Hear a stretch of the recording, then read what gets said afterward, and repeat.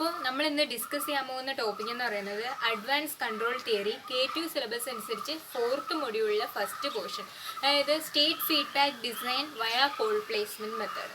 State feedback ഡിസൈനിൽ വരുന്ന മെയിനായിട്ടുള്ള 2 ഹെഡിങ് ആണ് കൺട്രോളബിലിറ്റിയും ഒബ്സർവബിലിറ്റിയും. അതിനുശേഷം നമുക്ക് പോൾ പ്ലേസ്മെൻറ്റ് മെത്തേഡിലോട്ട് പോകാം. പോൾ പ്ലേസ്മെൻറ്റ് മെത്തേഡ് കണ്ടുപിടിക്കുന്നതെന്ന് വെച്ചാൽ ഗെയിൻ മെട്രിക്സ് കിട്ടാൻ വേണ്ടിയിട്ടാണ്. അപ്പോൾ ഗെയിൻ മെട്രിക്സ് കണ്ടുപിടിക്കാനായിട്ട് 3 മെത്തേഡാണ് മെയിനായിട്ട് പോൾ പ്ലേസ്മെൻറ്റ് മെത്തേഡിൽ പറയുന്നത്. Direct substitution, Ackermann's method and then transformation matrix using P. First നമുക്ക് കൺട്രോളബിലിറ്റിയും ഒബ്സർവബിലിറ്റിയും എന്താണെന്ന് ചെക്ക് ചെയ്യാം. State feedback control design via pole placement മെത്തേഡാണ്. അപ്പോൾ നേരത്തെ പറഞ്ഞ കണക്ക് സ്റ്റേറ്റ് ഫീഡ്ബാക്ക് കൺട്രോൾ ഡിസൈനിൽ വരുന്നതാണ് കൺട്രോളബിലിറ്റി ആൻഡ് ഒബ്സർവബിലിറ്റി. അപ്പോൾ കൺട്രോളബിലിറ്റി എന്ന് പറയുന്നത് ഒരു ഇനിഷ്യൽ സ്റ്റേറ്റിലിരിക്കുന്ന ഒരു സിസ്റ്റം, X(t0) എന്ന് പറയുന്ന ഒരു ഇനിഷ്യൽ സ്റ്റേറ്റിലിരിക്കുന്ന സിസ്റ്റത്തിന് നമ്മളൊരു അതർ സ്റ്റേറ്റിലോട്ട് ട്രാൻസ്ഫർ ചെയ്യണം. ഒരു ഫൈനൈറ്റ് ഇൻ്റർവെൽ ഓഫ് ടൈമിൽ ഇനിഷ്യൽ സ്റ്റേറ്റിലിരിക്കുന്ന ഒരു സിസ്റ്റത്തിന് അതർ സ്റ്റേറ്റിലോട്ട് ട്രാൻസ്ഫർ ചെയ്യുന്നു. ഇതിനാണ് കൺട്രോളബിലിറ്റി എന്ന് പറയുന്നത്. അപ്പോൾ കൺട്രോളബിലിറ്റി മെട്രിക്സ് റെപ്രസെൻറ്റ് ചെയ്യുന്നത് U ആണ്. Then U = B AB A²B etcetera up to A⁻n-1B. ഇതാണ് കൺട്രോളബിലിറ്റി മെട്രിക്സ് എന്ന് പറയുന്നത്. U ≠ 0, U = n ആണെങ്കിൽ മാത്രമാണ് ഈ സിസ്റ്റം കൺട്രോളബിൾ ആവുന്നത്. ഇനി അതുപോലെ ഒബ്സർവബിലിറ്റി എന്ന് പറയുന്നത് determine the state from the observation of the output over a finite time interval.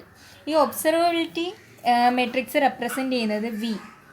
V = C CA CA² etcetera up to CA⁻n-1. ഇതാണ് ഒബ്സർവബിലിറ്റി മെട്രിക്സ്. ഇവിടെ പറഞ്ഞതുപോലെ തന്നെ V ≠ 0, V = n ആകുമ്പോൾ ഇത് ഒബ്സർവബിലിറ്റി മെട്രിക്സ് സാറ്റിസ്ഫൈ ചെയ്യും. ദെൻ ഇതിൽ നിന്ന് എത്തുന്ന കൺക്ലൂഷൻ എന്ന് പറയുന്നത് if the system is controllable the pole placement method is possible.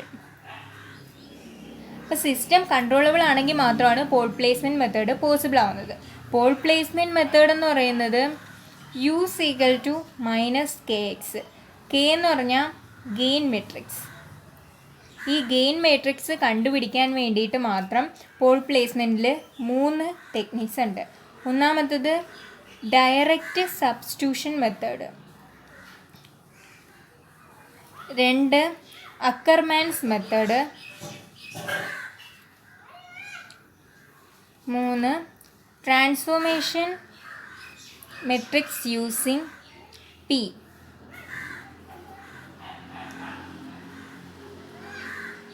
അപ്പോൾ ഈ 3 ടെക്നിക്സിനെ കുറിച്ചും നമുക്ക് നെക്സ്റ്റ് നോക്കാം.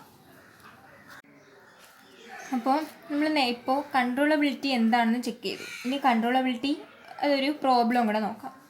Consider a system given by x1.x2.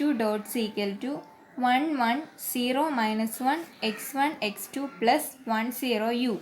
Check the system controllable or not. System controllable ആണോ അല്ലയോ എന്ന് ചെക്ക് ചെയ്യേണ്ട പ്രോബ്ലം. ഇത് A, ഇത് B. AX + BU എന്ന് പറയുന്ന ഫോമിലാണ് ഇതിപ്പോൾ കിടക്കുന്നത്. ദെൻ കൺട്രോളബിലിറ്റി ചെക്ക് ചെയ്യാനുള്ള ഇക്വേഷൻ നമുക്കറിയാം. U = B AB A²B etcetera up to A⁻n-1B. ഈ A എന്ന് പറയുന്ന മെട്രിക്സ് ഒരു 2/2 ആയതുകൊണ്ട് ഇവിടുത്തെ n എന്ന് പറയുന്നത് 2 ആണ്. സോ U എന്ന് പറയുന്ന കൺട്രോളബിലിറ്റി മെട്രിക്സ് Bയും ABയും ആവും. ദെൻ AB കണ്ടുപിടിക്കാൻ എളുപ്പമാണ്. A × B 1 1 0 -1 × B 1 0. അപ്പോൾ ഇത് കാൽക്കുലേറ്റർ യൂസ് ചെയ്ത് നമുക്ക് കണ്ടുപിടിക്കാം. അപ്പോൾ 1 0 എന്ന് ആൻസർ കിട്ടും. ദെൻ B മെട്രിക്സ് ക്വസ്റ്റ്യനിൽ തന്നെ ഉണ്ട് 1 0. അപ്പോൾ നമുക്ക് കൺട്രോളബിലിറ്റി മെട്രിക്സ് കിട്ടി 1 0 1 0 എന്ന് കിട്ടി. ഇനി ഇത് കൺട്രോളബിൾ ആണോ അല്ലയോ എന്ന് ചെക്ക് ചെയ്യാൻ പോവാം. ഇതെന്ന് പറയുന്നത് നമ്മൾ ആദ്യമേ പഠിച്ചു. കൺട്രോളബിൾ ആണോ അല്ലയോ എന്ന് നോക്കുന്നത് ഡിറ്റർമിനൻ്റ് ഓഫ് U ≠ 0 അല്ലെങ്കിൽ U = n ആയിരിക്കണം. ഇവിടെ ഈ മെട്രിക്സിൻ്റെ ഡിറ്റർമിനൻ്റ് എടുക്കുമ്പോൾ നമുക്ക് കിട്ടുന്നത് 0 ആണ്. So this system is not controllable. അപ്പോൾ പോൾ പ്ലേസ്മെൻറ്റ് മെത്തേഡ് 3 രീതിയിൽ നമുക്ക് ചെയ്യാം ഗെയിൻ മെട്രിക്സ് കണ്ടുപിടിക്കാനായിട്ട്. ഇപ്പോൾ നമുക്ക് ഡയറക്റ്റ് സബ്സ്റ്റിറ്റ്യൂഷൻ യൂസ് ചെയ്തുകൊണ്ട് ഒരു പ്രോബ്ലം എങ്ങനെ ചെയ്യുന്നത് നോക്കാം. It is decide to have eigen values at -3 and -5 by using state feedback gain matrix and the control feedback A is equal to 0, 1, -2, -3 and B is equal to 0, 2. അപ്പോൾ ഏത് method വെച്ച് ചെയ്യുകയാണെങ്കിലും step first എന്ന് പറയുന്നത് controllability check ചെയ്യുന്നത് തന്നെ. Check controllability. അപ്പോൾ controllability check ചെയ്യാൻ നമുക്കറിയാം U is equal to B AB A² B അങ്ങനെ പോകും. അപ്പോൾ ഈ A എന്ന് പറയുന്ന മെട്രിക്സ് ഇവിടെ ഒരു 2/2 മെട്രിക്സ് ആയതുകൊണ്ട് ഇവിടുത്തെ n എന്ന് പറയുന്നത് 2 ആണ്. So U is equal to B AB. A ബിയും ബി നമുക്ക് ക്വസ്റ്റ്യനിൽ തന്നെയുണ്ട്. ദെൻ എ ബി കണ്ടുപിടിക്കാം.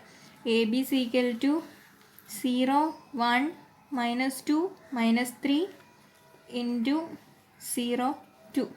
കാൽക്കുലേറ്റർ യൂസ് ചെയ്ത് ചെയ്യാം. അപ്പോൾ 2 - 6 എന്ന ആൻസർ കിട്ടും.